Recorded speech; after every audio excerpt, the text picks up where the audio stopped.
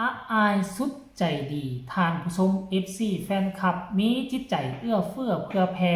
เงินที่พ่อแม่ให้มาเป็นมาลัยน้องได้เอาไปแบ่งปันให้คนที่ทุกข์ยากขาดเขินกลัวน้องสารต่อไปอีกพากันได้บุญเป็นแถวบัดนี้สบายดี FC แฟนคลับเสียงมีฮกนกพงศกร FC แฟนคลับของน้องอายสกุลนพรออกจากเรื่องเล่าของน้องธิดาลาวมาสานต่อเรื่องเล่าของเอื้อยอายสกุลนพรทานผู้ชมในมื้อวันที่ผ่านมานี่น้องก็ทำหน้าที่เป็นนักเรียนที่ดีบ่มีการบ่มีงานน้องก็ตั้งหน้าไปโรงรำไปโรงเรียน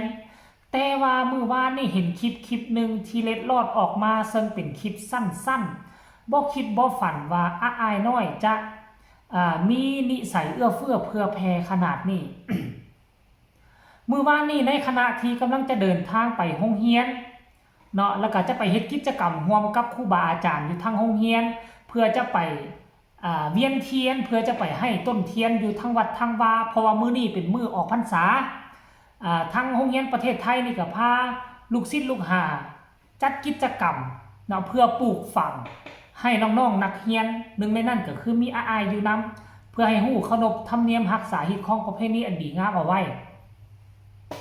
ในช่วงขณะที่อายกับหมู่กำลังขี่รถจักรออกจากเรือนไปผ่านหน้าบ้านของแม่หมอลำอายดันไปเห็นหมอลำขอเข้า2 คน2ท่านใส่ชุดสีแดงมีล้อยู้มีลำโพงน้อยเครื่องหนึ่ง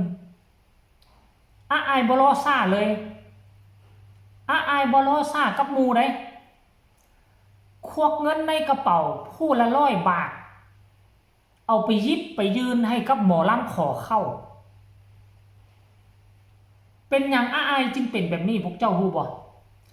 สมัยก่อนอายถึงแม้นว่าบ่ถึงขั้นว่าเป็นหมอลำขอเข้าแต่ว่ากลัวอายจะได้ห้องเพลงหนึ่งนี่นะต้องได้ย่างละหกละเหินบางครั้งเงินก็บ่มีได้ยืมหั่นยืมนี่ให้ยาลำพาไปขอขึ้นเวทีนั่นไปขอออดิชั่นอยู่เวทีนี่คิดเห็นสภาพตอนตนเองไปขอห้องเพลงอยู่เวทีเขามันจุกในอกจุกในใจถึงแม้ว่าตอนนั้นอายจะเป็นเด็กน้อยแต่อายก็จดจำเอาไว้บ่เคยมีวันลืมในมือนี่เนาะมีคนมาให้โอกาสอายได้กลายเป็นศิลปินโด่งดังได้กลายเป็นตัวหลักของวงหมอลำเสียงวิหกไปแล้วกระแสชื่อเสียงก็บ่ธรรมดาเรื่องเงินเรื่องคำเรื่องเข้าป่าอาหารบ่เคยขาดตกบกพร่องในชีวิตอายปัจจุบันนี้เนาะแต่ก็ย้อนว่ามีคนให้โอกาสอายมีคนช่วยเหลืออายจึงมายืนอยู่จุดนี้ได้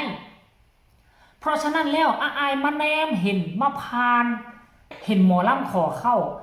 อายจึงคิดฮอดชีวิตตนเองสมัยก่อนกลัวจะประสบผลสำเร็จว่ามันทุกข์มันยากลำบากขาดเขินขนาดใดอายก็เลยคิดถึงตนเองตอนนั้นก็เลยตัดสินใจหยุดรถกับหมู่กับเพื่อนมอบให้ผู้ละ100 บาทผู้ละ100สำหรับคนอื่นผู้ที่มีนี่จิบแต่สำหรับคนที่บ่มีนี่100 200นี่ห่วย100นี่กุ้มเป็นมื้อบ่ได้กินข้าวกินน้ำนะบางทีกุ้มหมดมื้อนึงเลย100ไปซื้อข้าวมาไว้ซื้อข้าวเหนียวมาไว้จักโลนึงเหลือนั่นก็ซื้อไข่มาไว้ซื้อมีมาไว้หมดทั้งวันนึงกิน100นั่นก็ได้คนจนนะแต่กับคนที่มีเงินมีคำนี่100คาบนึงของเขาสิพอบ่ทานผู้ชมเอ่ยอยากให้ทุกคนไปชมคลิปวิดีโอดังกล่าวนี้ขออนุญาตจากแม่หมอลำว่าเป็นจังไดทราบซึ้งใจหรือบ่ลูกสาวคนนี้ของพ่อแม่เซิร์นไปชมน้ำกันเลยวันนี้อีหลาอายไปเดินทางไปโรงเรียนพี่น้องเอ้ยเลยมาพอรถหมอลำขอเขาเอาเงินลงมาให้เพื่อนละร้อยอีหลาจะมาดีๆแต่ไก่ดีคักน้อยอีหลาอายเอ้ยให้เก่ารวยแห้งๆปังๆเด้อละสิพานไปโรงเรียนประจันมือนี่วันสิเข้าพรรษามืออื่นอีหลาว่าครู่สิพาไปวัดประจันแม่หมอลำกับสิทารัดเบิ่งว่าอีหลาสิไปตอนใดได้เอาอีหลามาฝากเอาเงินให้หมอลำขอเข่าจ้าขอให้อีหลาปังๆขอบคุณมากจ้า วัดพุนศิลาสิพากันไปเวียนเทียนวัดโน่นจะวางสามัคคีว่าจันไปเราอายครับรถซาเล้งพามูไปเราไปลาเห็นตะคนตะสนไปส สาธุสาธุน้ำเด้อล่ะเด้อไปแล้วจ้าจ้าบ้านคุณ เห็นบ่ล่ะ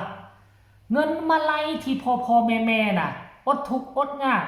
เนาะบางคนก็รอท่าเป็นเดือนจึงจะได้มาไล่มาให้อาอายน้อยหนึ่งพูละ10พูละ20 บาทที่พ่อแม่พากันส่งมาให้ลูกสาวอาอายมาวันนี้ลูกสาวเอามาสานต่อได้บุญน้ำกันเป็นแถวเลยทั้งพ่อฮักทั้งแม่ฮักทั้ง FC แฟนคลับทั้งใกล้และไกลผู้ใดก็ได้บุญไปตามๆกันอาอายเฮ็ดแบบนี้อาอายบ่คือคนอื่นได้เงินมาแล้วบ่เคยว่าสิเอาไปใช้จ่ายสุรุ่ยสุร่ายบ่เคยว่าสิเอาไปใช้จ่ายดื่มเหล้าเมายาซื้อนั่นซื้อนี่สิ่งของที่บ่เป็นตาน้องบ่เฮ็ดเก็บออมรอมริบเอาไว้ซื้อที่ได้2 แปลงซื้อเฮือนได้เป็นหลังแล้วมามื้อนี้นี่น่ะเอื้อเฟื้อเผื่อแผ่ในเมื่อคนอื่นเปิดโอกาสให้ตนเองช่วยเหลือตนเองได้รับจากคนอื่นอาอายก็เฮียนที่จะเป็นผู้ให้ทุกสิ่งทุกอย่างที่อาอายมีทุกมือนี่ก็ได้มาจากคนอื่นเป็นผู้มอบให้เพราะฉะนั้นอาอายก็อยากจะมอบสานต่อให้คนอื่นตื่มเห็นบ่ล่ะคันถ้าหากว่าผู้ใหญ่พาเฮ็ดแนวใดเด็กน้อยก็สิจือสิจดจำเอาแนวนั้นผู้ใหญ่พาเฮ็ดพาสร้างลูกหลานก็สิเป็นคนพาเฮ็ดพาสร้างฮู้เฮ็ดฮู้สร้างคันผู้ใหญ่ฮู้มีแต่รับฮู้มีแต่เอาบ่เคยให้บ่เคยให้ผู้อื่นมีแต่เอาลูกเต้าเหล่ากาเด็กน้อยๆนี่ก็สิมีแต่ฮู้แต่เอาบ่มีว่าสิแบ่งให้คนอื่นบ่มีว่าสิมีการแบ่งปันอ้ายนี่เดินมาถึกทางเดินมาถึกต้องที่สุดแล้วท่านผู้ชมเอ้ย